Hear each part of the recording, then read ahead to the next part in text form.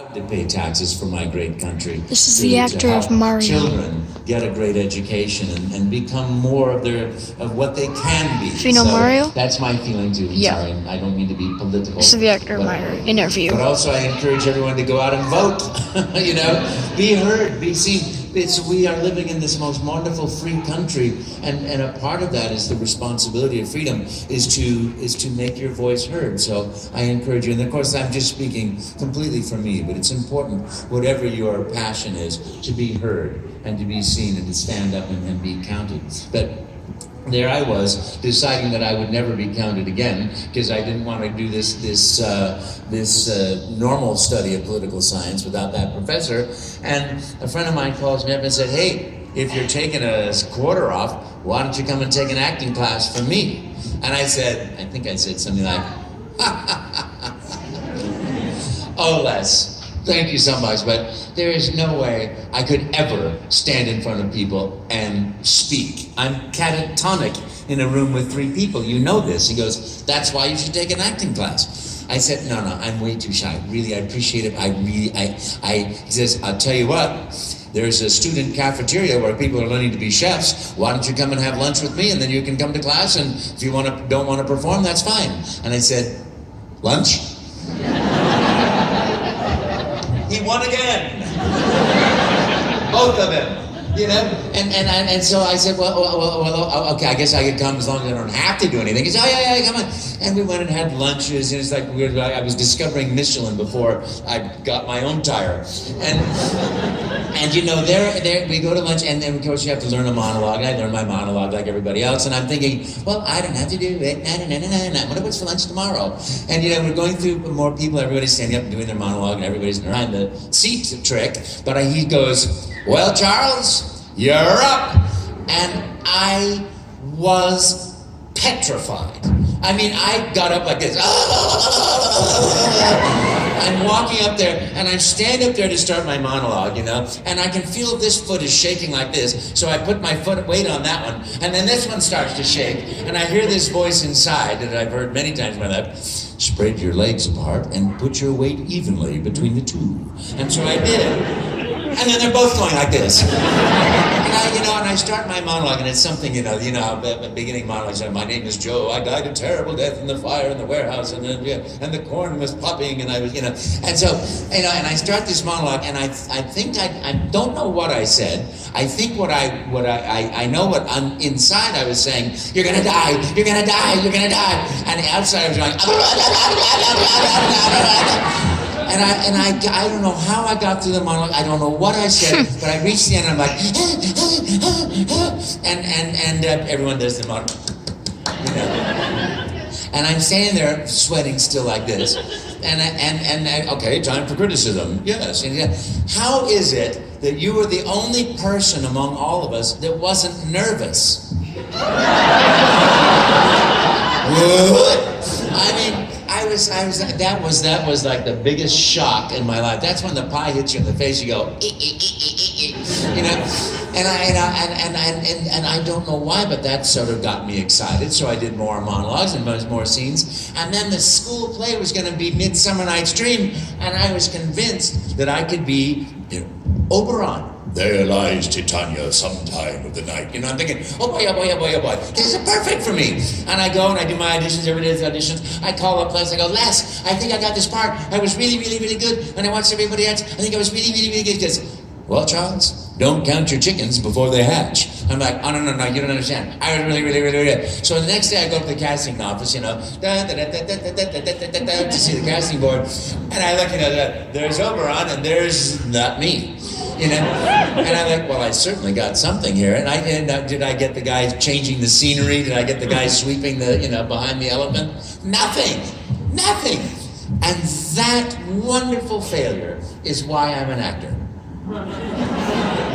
Because I don't know why, it just got underneath me. I said, no, I was the best. And so I started studying Stanislavski, I started studying acting, I started everything I could.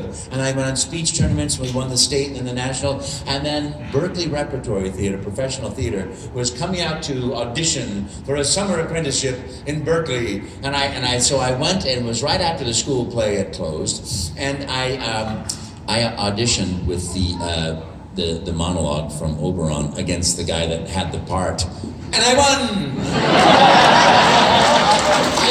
It's ridiculous, but that's why I'm an actor. So I went to drama school in London, and I came back, I did theater for 10 years, and then I stopped doing the theater because I couldn't stand living in somebody's basement making $200 a week, in Silicon Valley. And I just wanted to see what else there was in the world, and I wanted to be happy, and I wasn't happy. And a guy calls me and goes, "Hey, want to come and do an audition for a corporate video?" I said, "What's a corporate video?" He goes, "It's a video that's corporate." "Oh, what do I have to do?" "Act." "Okay." So I went and I auditioned for this corporate video, and I got it. And I paid more than I was making in the theater for a week. And it was like one day of like, yippee, and there was good food. And then sure enough, it's like I did another. I was doing 600 of those. And then one day I was doing a TV commercial where I was like the American Gothic, the guy with the pitchfork. I'm standing there doing my American Gothic with sort of lighting everything. We finished that shoot, and the director goes, "Well, that was great. Listen, do you do a voiceover?" I said, "Sure." And I can't believe it, but I really didn't even know what a voiceover really was. I'm just like, because to me, Daffy Duck was real. I didn't know there was somebody reading that, I had no idea. So, he goes, "Well, here, read this." I said, "Orchard Supply Hardware, the right item at the right price right now. Hey, here's more money. I'm a voice actor."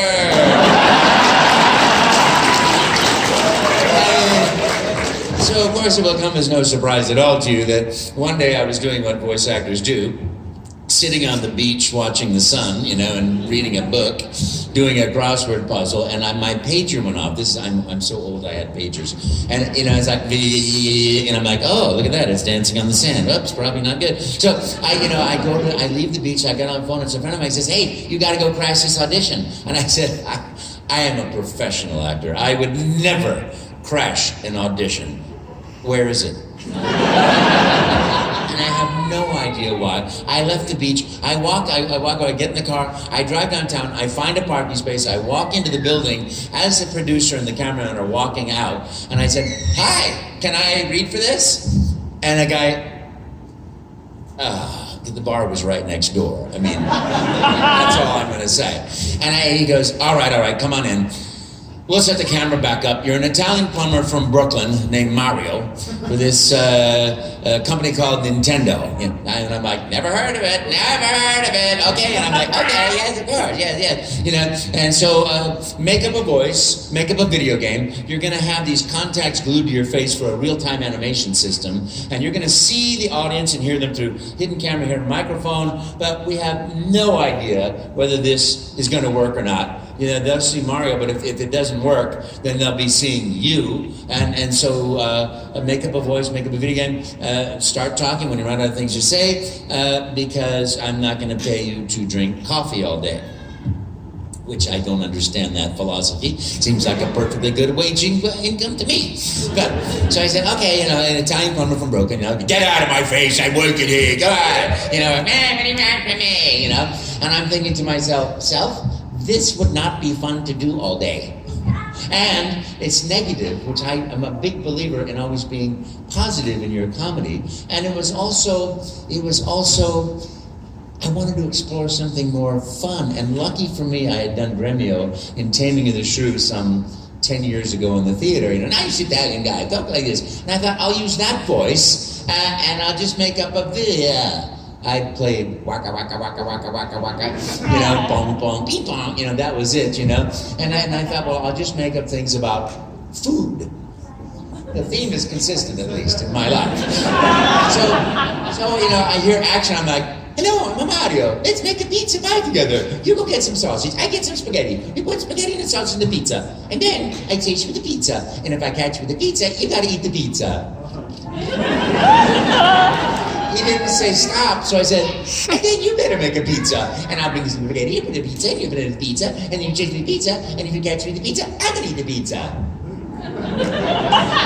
And then we're gonna make a lasagna. And because that's lasagna, we slide down the hill in the lasagna pan. And then we're gonna make a tortellini. And I think I went through every pasta I knew. And then I started making them up, you know. You should try my Vestuta Palio. It's really great, you know. And I went and I just kept going and going and going. And I was having a great time, you know, and I happened to be a brat, so he said don't stop, so I'm gonna test the waters on that. And I didn't stop until I finally heard, stop talking! There's no more tape, thank you. We'll be in touch. And I thought, okay, there's the kiss of death. There's the end of it. We'll be in touch means there's the door. Don't let it hit you too hard on your way out. Well, I went back to the beach. I watched this fabulous sunset not over the Golden Gate Bridge, but on the other side of the Golden Gate Bridge. And he got on the phone. He said, called them Nintendo. I found our Mario. I got him. And that was 28 years ago or something like that, 29 years ago, of absolute joy and fun and happiness and running around saying, woohoo, for a living. And that's my story, and I'm sticking to it. It's an amazing adventure, but the only thing I knew I wanted to be was happy. And this all came from, and honestly, I used to love to make my mom laugh. I used to watch, every Friday night we watched The Wild Wild West. We watched Batman with my favorite person in the world, Adam West. And, and of course the Jackie Gleason show. And there was a guy on there, he came on and he goes, "Hi, Joe. Hello, Mr. Donaghy." And I would do that and my mom would crack up. And I'm like, touchdown! Now, if I had just linked it there, I might have consciously become an actor, but I didn't know what that was. I just thought that was being silly, and that was the beginning of it. So that's where I now hand over the microphone to you. And if you'd like to ask any questions, there is a microphone right there. And if you kind of queue up, or actually you'll have to stand up and talk into it, I think. And it's on, right? If you form a little bit of a line there, then you can, and anybody can ask me anything, but I won't answer everything. Because obviously I can't answer things about, projects that are in the future, because I have non-disclosure agreements with Nintendo. But I can talk about anything else. Hi there. Remember me from Gaming Con? Yes, I do. How are you? Oh. You look fabulous today. Thanks. I was going to wear my Space Quest 6 outfit. See, that's Roger Welcome. Yeah, anyways, before you worked on that Super Mario game, Super Mario 64, tell us again about that experience from working with Sierra Online on the PC game Space Quest 6. I did about 200 other video games in the course of my life. And of course the one you're talking about too was a great fun. All those projects, every project I've ever done has been super fun and super joyful. And particularly, of course, my favorite is Mario, because every time I get a message, come and do a Mario game, I'm like, yippee! Or Luigi, and so it's just it's all pure fun for me, and I wish that again for everybody else. Finally gives you joy. Hi there. Hi, so this isn't Mario related, it's more Skyrim related. I was wondering, had Parthenax had the opportunity to meet with the Blades face to face, had a heart to heart with them, do you think it would have been possible for him to convince them that he did deserve to live, or how do you think that would have gone down? That's a very good question. Unfortunately, I'm not good enough player to ever go that far. So I couldn't tell you. I get as far as the princess is not in this castle. You know what I mean? That's your quality of video play here. I'm very good at doing voices, but not very good at doing things that the voices are supposed to do. I would imagine that Parthenax was a very convincing dragon. And if he hadn't worked, he would have just opened his mouth and burned him up or something. I don't know. That's a good question, though. I don't know. But I do love that. I love, what brings you to the third of the world. And that other one, what is better, to be born good or to overcome your evil nature through great effort? I think that was a wonderful thing that's always topical, isn't it? Oh yeah, Parthenax is definitely a very inspiring character for me. It's always my favorite moment in Skyrim is to be able to meet him and just have such deep, meaningful conversations with him. Thank you very much. I appreciate that. Thank you. Thank you.